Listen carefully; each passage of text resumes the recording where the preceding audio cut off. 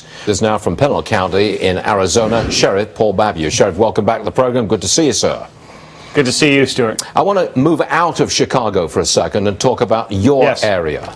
Do you see a similar confrontational approach between police and the minority community? Well, in my county, in the state of Arizona, we have 30% of our state is Hispanic Latino. And there has been some friction, yet in my agency, I have 30% of the men, the women in uniform that are Hispanic, that are of Mexican descent. So we reflect very much our community, but we've had incidents where people who are breaking the law, in one incident we had an individual who rammed 3 police cars in a pursuit, said he had a gun, said he would not be taken alive, and then goes like this to one of the officers, did not have a gun, and that's when he was shot. And so it was a white officer who shot and killed a Hispanic male. And it turned into that, and it shouldn't have, because the facts as they were, doesn't matter what race or color either the deputy or the suspect were.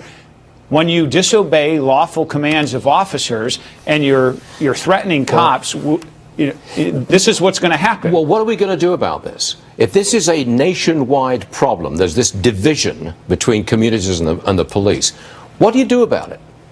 Here's what we do. We start with the President of the United States, Barack Obama, former AG Eric Holder. Instead of blaming the police and portraying falsely that everything we do is through the lens of color. That's a lie. And then it's led to these Al Sharptons, these race baiters out in Ferguson and other places that perpetuated these actual lies, proven lies of hands up, don't shoot. But wait a second, the FBI Sheriff. proved There was a rebuke to the police force in Baltimore for what is called their racist previous behavior. Well, you have now people in the government, even in Chicago, with this exact shooting that you're talking about, the law enforcement, labor organizations coming out and saying this review board incites all this violence because they're coming out and saying that, wow, there's all these concerns and problems and use of force.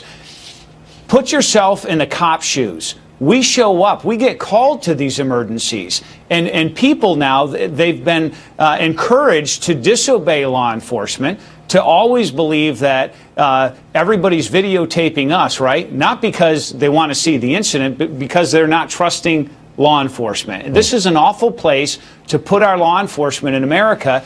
And this narrative has really been led by leadership in our own federal government. And I've never seen this before. No, neither have I. Lived in America 40 years, never seen anything like this. Paul Babeu, thanks for joining us, sir. Good stuff, Sheriff. Thank you, Stuart. All right, the Dow Industrial is up 60 points. It's a modest rally this morning. And I'm going to tell you a story about the Olympics.